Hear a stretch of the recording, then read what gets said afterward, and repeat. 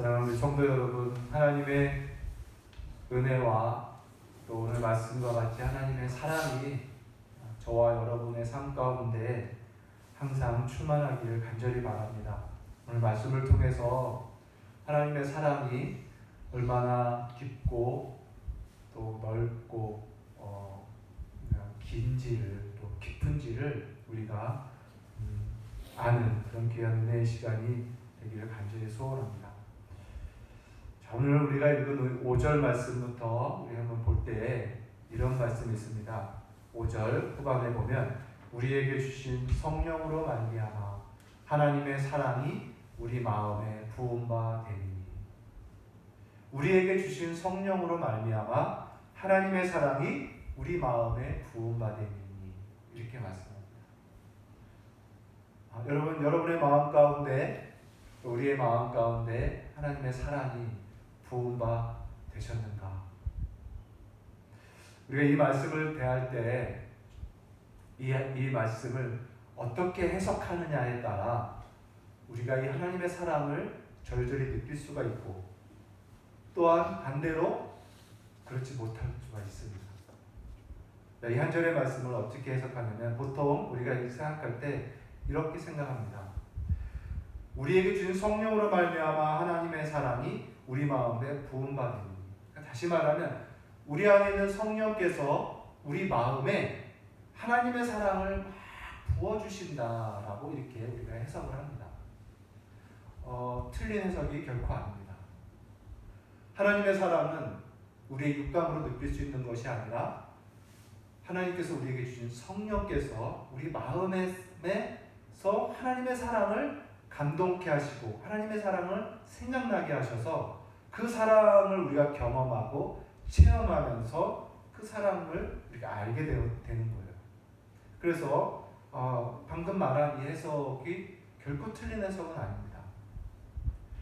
그러나 이 해석만 갖고 있다면 어떤 일이 생기게 되냐면, 분명히 성령께서 내 마음 안에서 하나님의 사랑을 부어주심으로 신자들이 그 사랑을 경험하고 체험하고 느낀다라고 해석한다면, 그것만 갖고 있다면, 만약에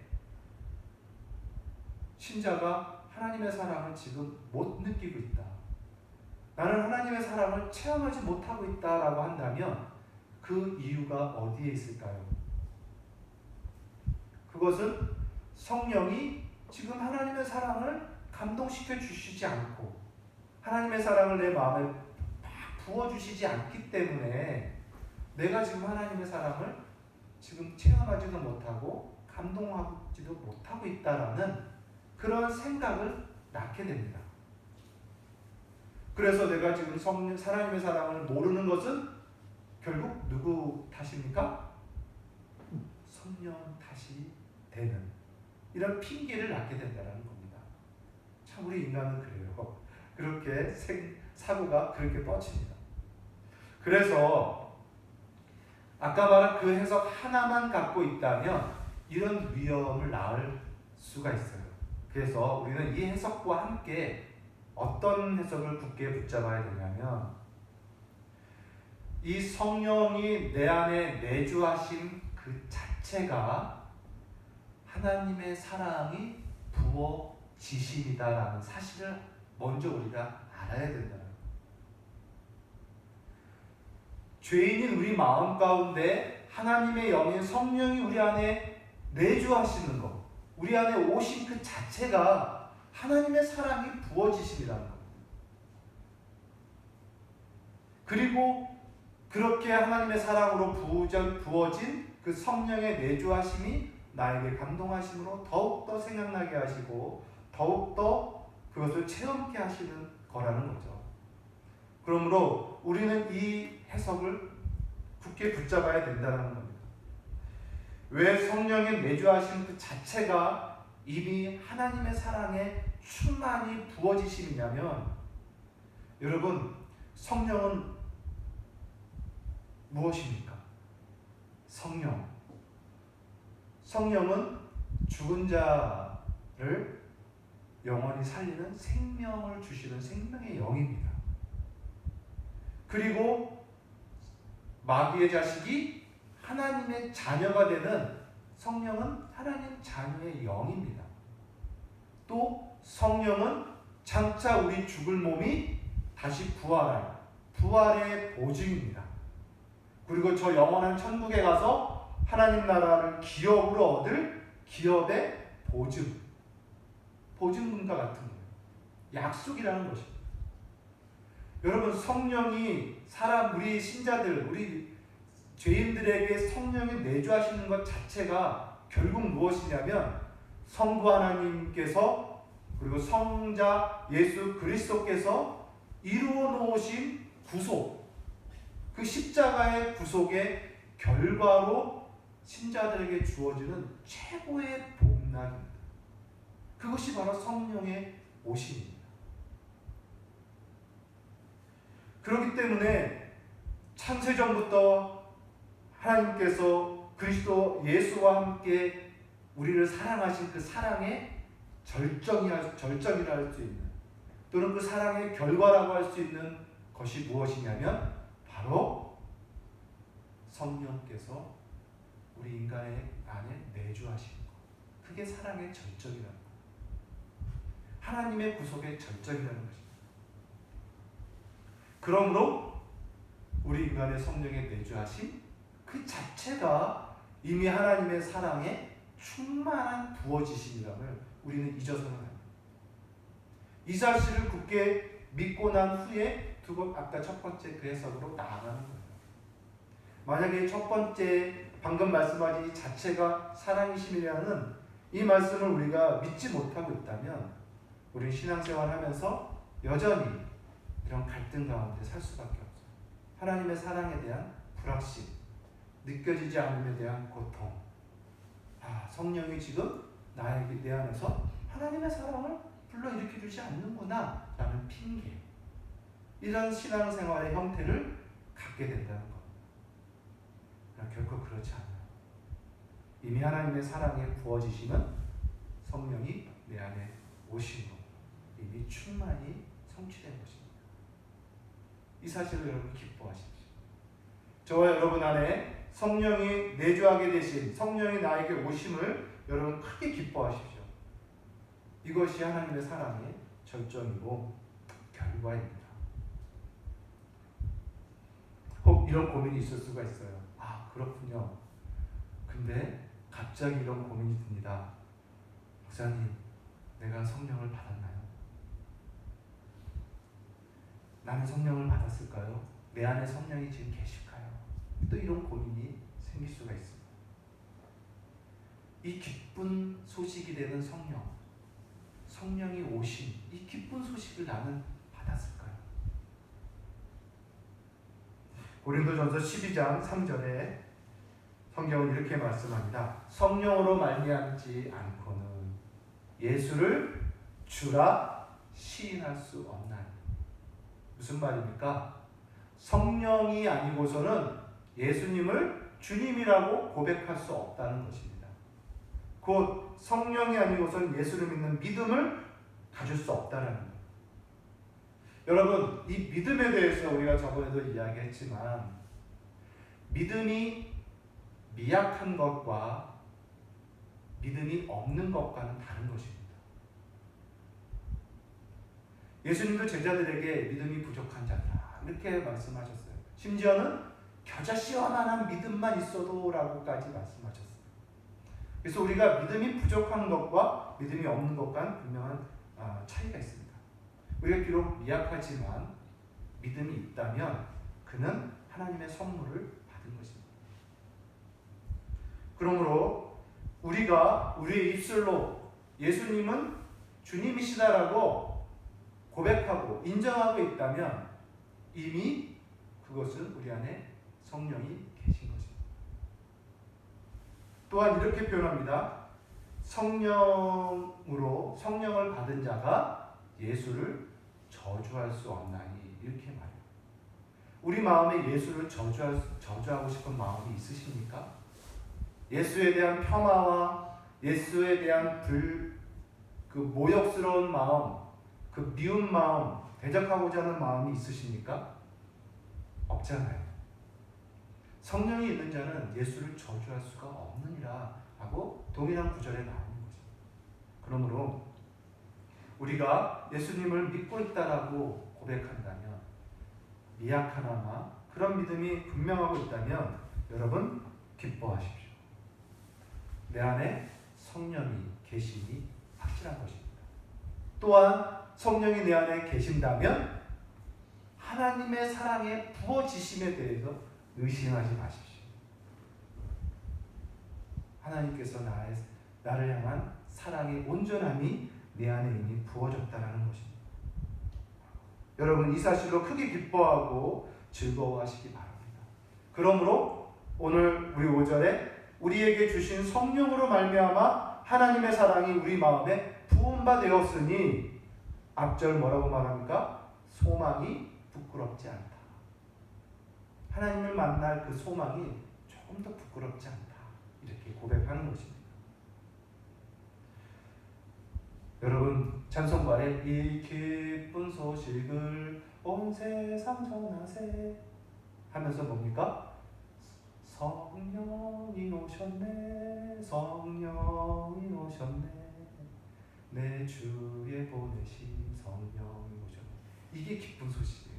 우리 어둠에 있는 우리들에게 가장 큰 기쁜 소식은 성령이 오신 것입니다. 그러나 이 기쁨과 은혜와 확신과 믿음이 굳게 있기를 간절히 소원합니다. 오늘 이제 이 9절 이하 6절부터 12절까지 우리 마음에 부어진 이 하나님의 사랑, 이 사랑의 이제 그 내용들이 기록이 되어 있습니다. 이 내용들을 저와 여러분이 오늘 하나하나 분명하게 보기를 원합니다. 6절에 이렇게 기록합니다. 우리가 아직 연약할 때에 기약대로 그리스도께서 경건하지 않은 자들을 위하여 죽으셨도다. 자, 여러분 여기서 연약할 때 무슨 의미입니까? 무슨 뜻일까요? 우리가 아직 연약할 때, 연약하다라는 말은 미약하다라는 뜻입니다. 뭐가 미약하냐면 구원에 있어서 연약하다, 구원에 대해서 미약하다는 뜻입니다. 다시 말하면 구원을 스스로 죄에서 구원을 이룰 능력이 없다라는 뜻입니다.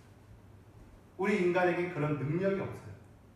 능력뿐만 아니라 구원의 필요도 모르고 있고 또 구원을 어떻게 이루어야 될지도 모르는 무지의 상태가 있어요. 상태가 이 연약 가운데 있다는 거죠. 연약의 내용입니다. 우리가 아직 연약할 때 구원이 무엇인지도 모르고 구원을 왜 이루어야 되는지도 모르고 또 안다 한들 어떻게 할 능력조차 없는 그 연약할 때 그리스도께서 우리를 위하여 죽으셨도다. 이게 사랑이라고 말씀합니다. 뿐만 아니라 기약대로라고 말합니다. 기약대로가 무슨 의미입니까? 그건 약속한 대로 이런 의미가 되겠죠. 하나님께서 정한 그때에 이런 의미입니다. 그러니까 성부, 성자, 성령 하나님께서 이 연약한 자들을 구원하기 위하여 미리 정하셨다라는 거예요. 때를 정하셨다라는 것입니다. 그래서 구약의 수많은 예언서들이 하나님의 날, 주의 날이 오며 하면서 그 때를 바라보고 왔었고, 예수 그리스도가 이 땅에 오셨고 갈라디아서 4장에 보면 이런 말씀이 있어요. 때가 참에 하나님께서 그의 아들을 보내사 여자에게 나게 하시고 이렇게 말씀하셔요. 이 말씀을 보면서 우리가 봐야 할 건 뭐냐면 하나님께서 이 연약한 자들을 향하여 구원하기로 작정하신 이 구원의 이 사랑이 언제부터 있었느냐를 우리는 보는 것입니다. 이 사랑은 예전에 이미 먼저 하나님께서 작정하셨던 사랑이라는 것입니다. 창세 전에 우리가 잘 알고 있는 대로 창세 전부터 하나님께서 우리를 구원하기로, 우리를 사랑하기로 작정하셨다는 것. 여러분의 생각을 한번 펼쳐보십시오. 창세 전에 세상을 짓기 전에 아무것도 없는 것에 하나님께서 우리를 구원하기로 사랑하기로 작정하셨대요.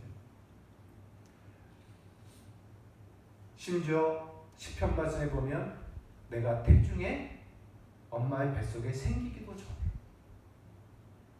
엄마의 뱃속에서 나의 형제들이 조성되기 전부터 하나님은 나를 아셨고 나를 사랑하기로 결정하셨대요. 그 기약한 그 사랑의 기약이 때가 되매 그리스도께서 이 땅에 오시고 여자에게서 나시고 십자가에서 죽으시고 부활하심으로 그 사랑을 보이셨다는 거예요. 지금 사도 바울은 5절에 우리 마음에 부어진 하나님의 사랑의 내용들에 대해서 6절부터 쭉 기록하고 있습니다. 이뿐만이 아닙니다. 그리스도께서 경건하지 않은 자들을 위하여 죽으셨느니라. 자, 경건하지 않다라는 의미가 무슨 의미일까요, 여러분? 경건하지 않다. 말 그대로 불경건입니다. 불경건이라는 건 뭐냐면 이제 아까 연약한 것은 무지와 무능의 상태이지만 불경건은 더 나아가서 완전히 부패한 것을 말합니다. 불경건은 하나님적이지 않다라는 의미인데 하나님께서 사람을 하나님의 아름다운 형상으로 지으셨으나 그 인간이 죄를 범함으로 타락하여서 부패하였다. 전적으로 부패하였다. 썩었다라는 건 아닙니다. 그것이 불경건인 거예요. 여러분, 예를 들어봅시다. 여러분이 가장 아끼고 있는 명품이 하나 있다고 생각해봐요. 그게 백이든 옷이든 구두든 시계든 이불이든 정말 귀하게 여기고 있는 명품이 하나 있는데 그게 물에 젖고 더러운 것이 묻어서 오염이 되었어요. 이게 심해져가지고 전체가 곰팡이가 다 쓸고 더 이상 쓸 수 없는 냄새가 나고 아주 고약한 그런 물건이 되어버렸다 했을 때 여러분 그 물건에 어떻게 바라보십니까? 여전히 그게 비싼 것이고 고급한 디자인으로 만들어진 물건이니까 여전히 사랑스럽습니까? 아마도 그 물건은 손으로 들고 싶지도 않은 거예요. 간신히 손가락 두 개에서 이렇게 들고 이렇게 쳐다보고 싶지도 않고 고개를 돌리고 이렇게 했을 겁니다. 가능한 한 멀리 던져버리고 버리고 싶을 거예요. 이게 오염입니다. 이게 부패했다라는 거예요. 우리 인간이 아름다운 하나님의 형상으로 지음을 받았으나 죄로 인해서 이렇게 썩고 부패되었어요. 쳐다보기도 싫고 가까이 하기도 쉽지 않아요. 멀리 갖다 버리고 싶은 그렇게 오염된 거예요. 그게 불경건입니다. 그런 불경건한 인간을 하나님께서 사랑하셨고 가까이 가셔서 그를 구원하신 거예요. 그리스도께서 그 불경건한 자들을 위하여 죽으셨다라고 말씀합니다. 이것이 하나님의 사랑의 내용입니다. 여러분, 우리는 예수님의 십자가의 말씀을 들을 때마다 예수님의 죽으심의 의미에 대해서 많이 배웠습니다. 예수님이 죽으심으로 죄 용서 받았다라는 의미, 예수님이 죽으심으로 죄인이 의롭게 되었다라는 의미, 예수님이 죽으심으로 우리가 하나님의 자녀가 되었다라는 의미를 많이 들었습니다. 그러나 오늘 동일한 죽으심을 이야기하지만 오늘 말씀에서는 어디에 초점을 맞추고 있냐면 예수님이 누구를 위하여 죽으셨는지에 초점을 계속 맞추고 있습니다.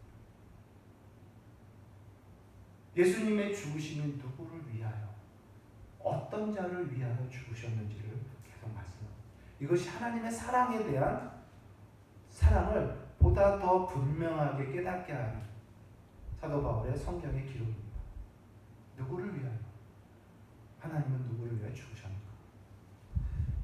오늘 7절 말씀에 이렇게 기록되어 있습니다. 의인을 위하여 죽는 자가 쉽지 않고 선인을 위하여 용감히 죽는 자가 혹 있거니와. 여러분 정말 그렇습니다. 우리 사람들도 의로운 사람을 위해서 신의를 지키고 그를 위해서 죽을 수 있어요. 물론 쉽지 않지만 의로운 사람을 위하여 대신 죽을 수도 있다고 성경은 기록합니다. 또한 선인은 뭡니까? 비교하기 좀 그렇지만 의인보다 조금 더 영향력이 큰 그런 의로울 뿐만 아니라 선을 행하여 많은 사람에게 영향을 미치는 그러한 존경받는 인물, 이렇게 예상을 해볼 때 그를 위하여 용감히 죽는 자가 혹 있다라고 성경은 말합니다. 여러분 이것이 우리 인간들의 사랑과 희생의 수준입니다. 의인을 위하여 용감히 죽을 수 있고 선인을 위하여 용감히 희생할 수 있는 사랑을 갖고 있습니다. 우리 인간도. 그러나 연약한 자, 무지하고 무능하고 심지어 부패하고 불경건하여 썩은 자들을 위하여 죽는다. 이것은 인간은 할 수 없다. 사도 바울은 더 나아가서 7절에 이렇게 말합니다. 8절입니다. 우리가 아직 죄인 되었을 때 의인을 위하여 죽은 자가 있고 선인을 위하여 용감히 죽은 자가 혹 있거니와 우리가 죄인 되었을 때 그리스도께서 우리를 위하여 죽으심으로 하나님께서 우리에 대한 자기의 사랑을 확증하셨느니라. 여러분 죄인 되었을 때는 또 무엇입니까? 죄인 되었을 때 이것은 말 그대로 범법자입니다. 범법자. 여전히 죄 가운데 있고 죄를 행하고 있으며 죄를 계획하고 있는 그러한 사람을 말합니다. 여러분 우리도 신문이나 뉴스를 볼 때 사회적인 큰 범법자를 보면 어떤 마음이 듭니까?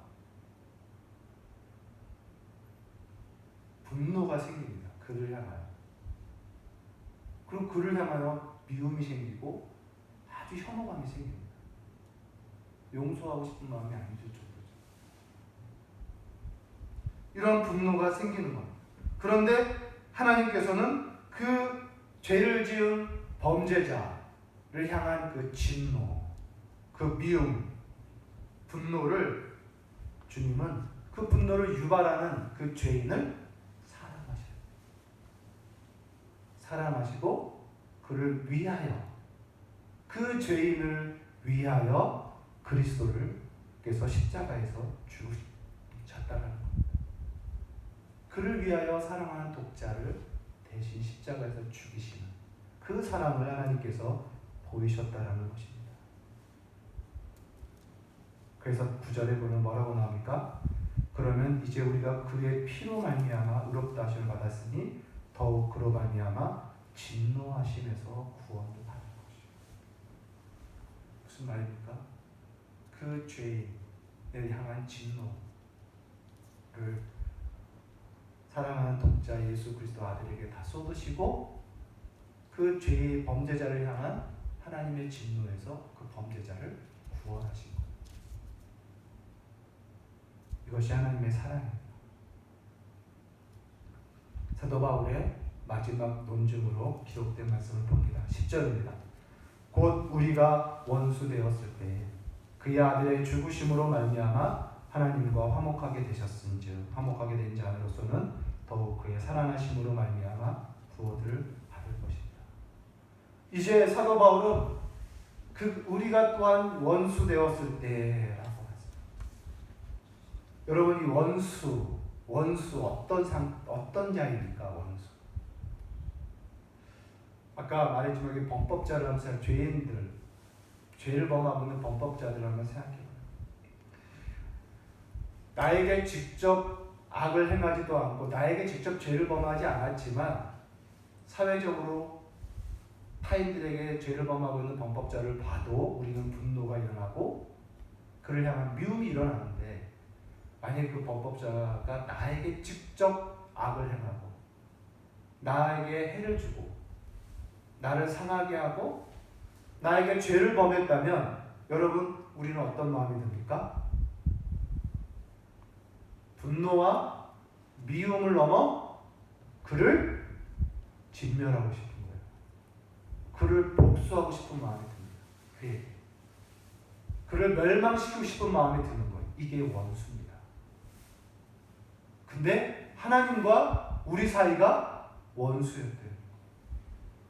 하나님은 우리를 단순하지도 않지만 우리를 연약한 자에서 그리고 불경건한 자에서 더 나아가 죄인 되었을 때 사랑했을 뿐만 아니라 이제는 원수였을 때에도 주께서 우리를 사랑하사 우리는 하나님을 대적하는 존재입니다. 하나님의 영광이 몸서리치기 싫은 존재입니다. 하나님이 얻기를 바라는 원수와 같은 것이 우리입니다. 그렇게 하나님을 대적했던 우리 원수임에도 불구하고 하나님은 원수인 우리를 사랑하셨어요. 그래서 그 분노와 미움뿐만 아니라 멸망, 복수하는 것까지 다 누구에게 쏟습니까? 하나님은 가장 사랑하는 아들,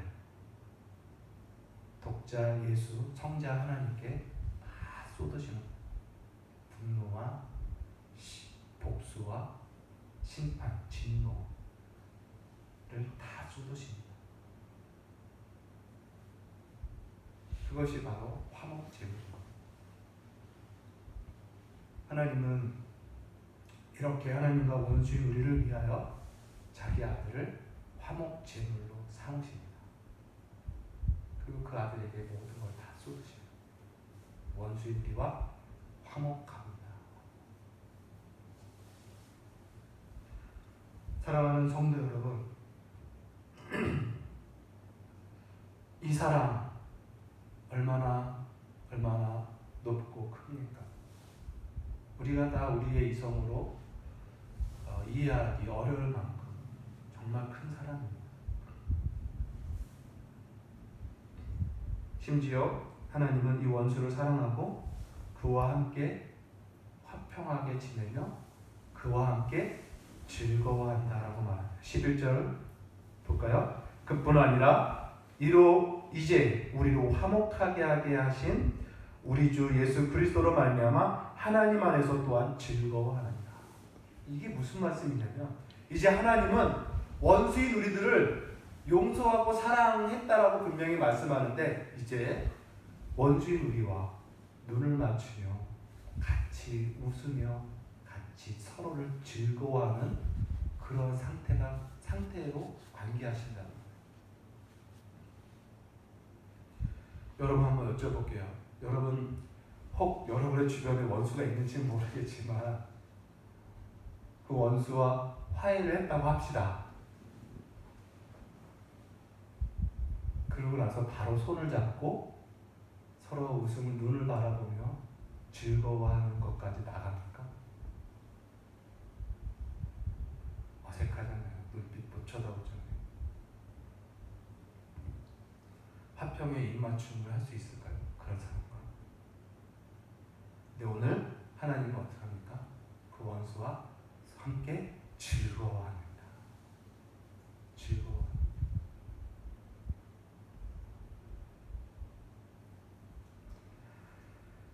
여러분 하나님의 사랑, 그 아들을 십자가에 내어주심. 여러분 이러한 말씀들이 우리에게 피상적으로 다가와서 안 됩니다. 수십 년을 신앙생활해도 예수님과 그의 십자가에 대해서 무감각함을 갖고 있는 너무나 안타깝고 너무나 슬프다 못해 두렵고 떨리는 모습들을 많이 예수님의 죽으심과 그의 십자가 너무나 피상적으로 바라보고 무감각합니다. 때로는 십자가가 부담까지 되는, 부담스럽게 보여지는 것입니다. 하나님의 사랑을 내가 알겠는데, 하나님이 나를 사랑하신다 하니 고마운데, 감사한데, 꼭 죽기까지 계속 계속 우리에게 부담을 주시나, 이런 부담감까지 갖는 신자들도 있어요. 다른 방법으로 사랑하시지 꼭 죽으셔가지고 우리를 계속 십자가를 오라 하면서 우리를 괜히 주눅들게 하고, 이런 생각합니다. 여러분, 이런 생각이 드는 이유가 뭐냐면, 그거는 그 사람은 아직까지 자신이 괜찮은 사람으로 여기고 있기 때문에, 자신이 아직까지는 존귀한 사람, 자신이 아직까지는 매력적이고 마음만 먹으면 할 수 있는 그러한 힘 있는 사람, 능력 있는, 자신감 있는 사람으로 스스로가 여기고 있기 때문에 십자가가 무감각하고 때로는 부담스럽게까지 보이는 거예요.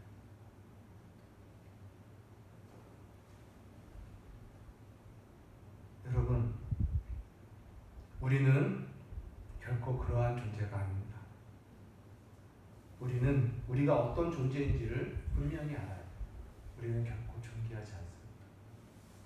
결코 매력적이지 않습니다. 뭐든지 할 수 있는 힘과 능력과 권능이 우리에게 있지 않습니다. 오늘 말씀대로 우리는 무지하고 무능하며 불경건하여 모두 부패하고 오염되었고 죄인이며 하나님께 원수입니다. 버려지고 심판받고 멸망시켜 마땅한 그러한 형편의 사람들이라는 것, 이게 우리의 모습입니다.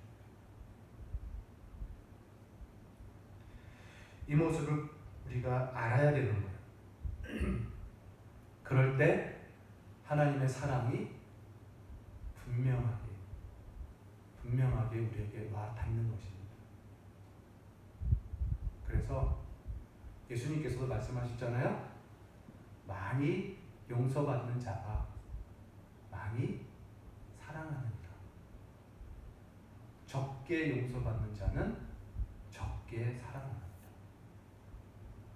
내가 얼마나 큰 크게 원수며, 얼마나 큰 죄인이며, 얼마나 부패하고 정말 존귀함과 매력이 없는 자인 걸 철저히 깨닫는 자가 거기서 구원을 받고 사랑을 받았다는 것을 깨닫는 자는 얼마나 그 하나님을 사랑할까. 그러나 괜찮은 난데 주님이 나를 위해 사랑하셨다 하니 그 사람을 믿는다 하니 그 사람은 적게 사랑받았기에 하나님을 적게 사랑할 수밖에 없는 거예요.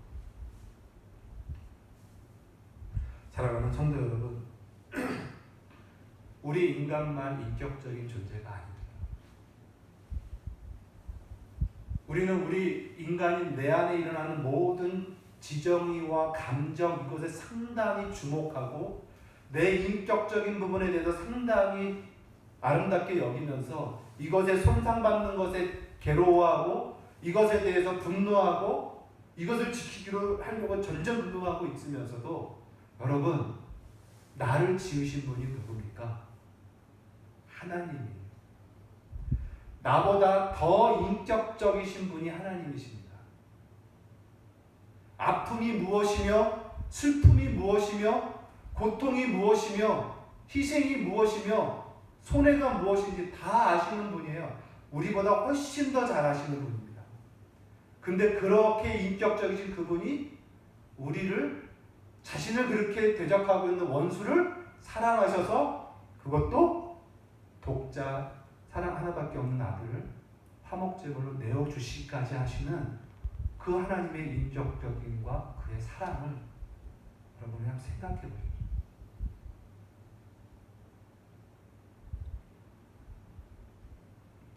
우리가 우리 자신을 사랑하고 존귀하게 여기는 이상으로 우리는 하나님을 존귀하게 여기고 하나님이 얼마나 인격적이신 것을 여기며 그분이 우리를 위해서 무엇을 하셨는지를 여러분 항상 기억해요. 하나님의 사랑은 누구를 위하여 죽으셨는가? 생각할 때마다 그 사랑의 깊이와 넓이와 높이를 우리가 조금이나마 더 헤아릴 수 있다는 거죠. 말씀을 맺습니다. 오늘 말씀드려서 우리가 알아야 할 진리, 바로 하나님의 사랑. 이 사랑은 우리 인간이 이해하기 어려울 만큼 높고 고상한 한마디로 신적 사랑이에요. 창세 전부터 그의 아들과 함께 가지신 이 큰 사랑. 이 사랑이 하나님의 사랑이에요. 그리고 그 사랑의 증거가 뭐냐? 바로 그리스도의 십자가의 죽으심. 하나님의 그 큰 사랑의 증거가 십자가의 죽으심이요. 그 큰 사랑의 절정과 결과가 뭐냐? 성령의 우리 안에 부어주심. 성령의 내주하심이 십자가의 죽으심. 하나님의 창세전부터 있으셨던 하나님의 그 고귀한 사랑의 결정, 절정, 결과. 성령이 우리 안에 오심. 성령이 우리 안에 오심으로 하나님의 사랑이 이미 충만히 부어지신 것입니다. 예수님은 요한복음 16장에 보면 이렇게 말씀합니다. 그러나 내가 너희에게 실상을 말하노니, 이제 예수님이 그 십자가에서 죽으시고 부활하시고 승천하실 것을 앞두고 말씀하신 거예요. 이제 내가 너희에게 실상을 말하노니 내가 떠나는 것이 너희에게 유익이라. 내가 가지 아니하면 보혜사 성령이 너희에게 오시지 아니하리라. 가면 내가 그를 보내리니 그가 오시리라. 그 예수님이 죽으시고 부활하시고 하늘로 다시 승천하시는 것이 우리에게 유익이다. 왜요? 왜 그게 유익일까요? 성령이 오십니다. 히브리서 12장 2절에 이렇게 말씀합니다. 믿음의 주여 온전케 하시는 예수를 바라보자. 그는 그 앞에 있는 기쁨을 위하여 십자가를 참으사 부끄러움을 개의치 아니하셨으니 하나님 우편에 앉으셨느니라. 예수님께서 십자가의 그 고통과 부끄러움을 참으셨던 이유가 뭡니까? 앞에 있을 기쁨이랍니다. 그 기쁨이 뭡니까? 죄인들에게 성령이 오십니다. 각 심령 가운데 성령께서 내주하시는 것. 이 기쁨을 바라보시고 십자가의 부끄러움과 고통을 참으신 것입니다. 바로 하나님의 사랑의 절정인 것. 사랑하는 성도 여러분, 이 성령이 오심을 여러분 안에 계심을 기뻐하십시오. 감사하시고 감격하십시오. 하나님의 사랑을 의심하지 마시고, 혹 그게 기억이 안 나고 밋밋하고 하나님의 사랑이 잘 느껴지지 않다면 오늘 말씀을 기억하십시오. 우리가 만약 우리가 불경건할 때, 심지어 죄인 되었을 때, 더 나아가 원수였을 때, 주께서 어떻게 그 인격적이신 하나님께서 우리를 사랑하고 어떻게 사랑하셨는지 우리가 바라봐요. 사랑하는 성도 여러분, 이 구원의 하나님의 이 심적인 이 사랑으로 하나님 우리를 승리케 하셨습니다. 로마서 8장 35절 말씀입니다. 누가 우리를 그리스도의 사랑에서 끊으리요? 환난이나 곤고나 박해나 기근이나 적신이나 위험이나 칼이라. 이 모든 일에 우리를 사랑하시는 이로 말미암아 우리가 넉넉히 이기느니라. 내가 확신하노니 사망이나 생명이나 천사들이나 권세자들이나 현재일이나 장래일이나 능력이나 높음이나 깊음이나 다른 어떤 피조물이라도 우리를 우리 주 예수 그리스도 안에 있는 하나님의 사랑에서 끊을 수 없느니라. 로마서 8장의 말씀.